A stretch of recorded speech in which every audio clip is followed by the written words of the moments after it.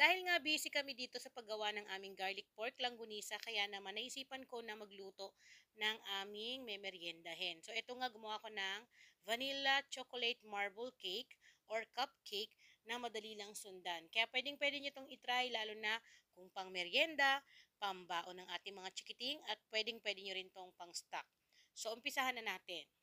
So dito meron ako ritong 3 and 1/2 cups ng all-purpose flour. Pwede rin kayong gumamit ng cake flour, third class na harina na nabibili sa palengke. Lalagyan natin yan ng 2 tablespoon ng baking powder.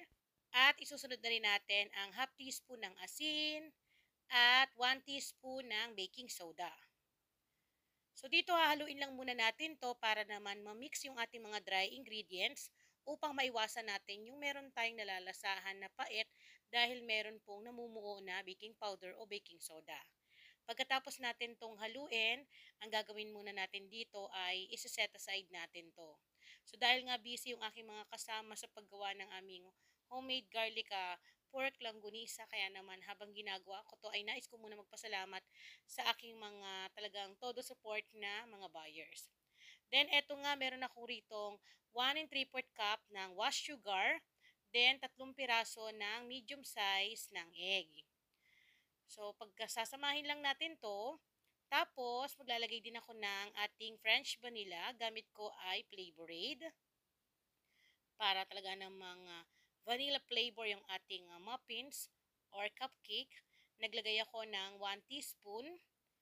Then, imimix lang natin ng maigi. So, kailangan natin na mahalo ng maigi yung sugar, then yung ating egg, kasi kailangan matunaw yung ating asukal bago natin ihalo to mamaya dun sa ating dry ingredients. Bali dito pala sa ating ginagawa na to ay pwedeng-pwede nyo itong pambenta mga manay kasi marami din po kayong magagawa na chocolate vanilla marble cake or cupcake dito sa ating recipe kasi pwede nyo rin itong gawing cake base. Then once na okay na, siset aside muna natin to. Ayan. So medyo natunaw na yung ating sugar, kaya itatabi lang natin to. Saka naman ulit ay kunin na natin tong tinabi natin na dry ingredients. At magpapalit tayo dito ng panghalo para mas mamix natin ng maigi. So dito gagamit po ako rito ng fresh milk na 400 ml. Pwede kayong gumamit ng evaporated milk or kung nagtitipid kayo pwede rin naman ang tubig na lang. At naglagay ako ng 200 ml na oil. So coconut oil, palm oil, vegetable oil pwede rin. Then, mimix ko lang ng bahagya para naman masipsip na ng ating harina. Saka natin ibubuhos dahan-dahan itong ating sugar na may egg. Then nga pala mga manay, alam ko hindi ako masyadong updated dito sa ating YouTube channel para magbahagi ng aking mga new upload na recipe. So, pasensya na pero pipilitin kong bumalik ulit magbalik loob dahil ngayon nga ito nga busy tayo sa paggawa ng aking garlic pork langgunisa at yung aming homemade na pork sisig. So dito nga hinahalo na natin hanggang sa maging smooth yan. Kaya kailangan mas mainam isang technique, salain ninyo ng 2 to 3 times yung harina na gagamitin nyo hanggang sa maging smooth gaya nito. So wag naman i-overmix. So nakakatulong yun, pwede nyo yan salain yung inyong cake batter pag tingin nyo may buo-buo pa. Then once na okay na, pag ganito naka-smooth, so isa-set aside muna natin to dahil kukuha tayo ng isang lagayan kung saan maglalagay tayo ng mga 1 and 1/2 cup ng ating cake butter kasi lalagyan natin yan ng ating Bakersfield Cocoa Powder Premium Red.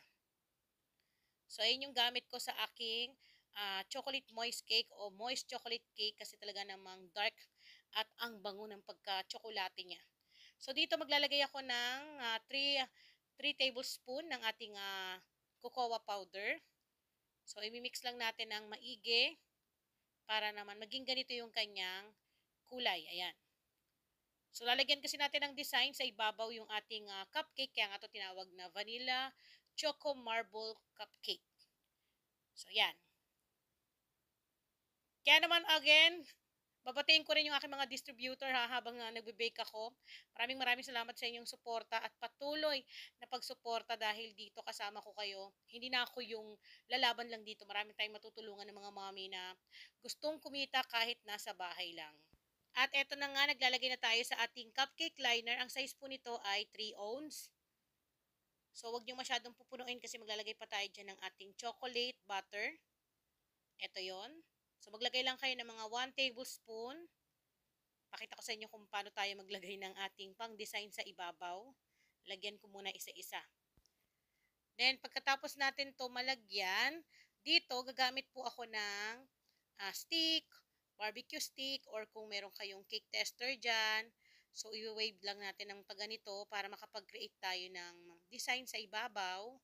Ganyan-ganyan lang. Para habang napapagod yung aking mga kasama rito na nagsisild ng ating longganisa, meron na kaming merienda. Napakasarap nito sa mainit na kape. Then, i-bake natin to sa init na 200 Celsius ang init ng 18 minutes. Then, makalipas po ang 18 minutes, eto na. Talaga namang napakaganda ng pagkakaalsa. Pero again ha, kailangan po tansyado nyo yung inyong oven na gagamitin. So, pwede itong i-steam sa mga walang oven. Pwedeng i-steam to mga manay. Pwede rin sa air fryer. Pwede rin po sa improvised oven, kawali, kaldero. Lagyan nyo lang ng cooling rack na bilog gaya ng pinapatungan nitong aking cupcake. So, eto na. Meron na tayong pang merienda, pang baon. Pwede nyo rin itong lagyan ng frosting sa ibabaw, icing. Lalo na kung naghahanap kayo ng recipe na panibagong recipe para sa inyong panghanap buhay. At alam ko naririnig nyo, hindi pa ako masyado okay sa boses ko, kaya pagpasensyahan nyo na dahil ilang araw na puyat at pagoda, pero lalaban tayo para sa ating mga kasama dito sa ating pag-angat. So muli ako ang inyong madiskarting nanay. Maraming salamat po. Paalam!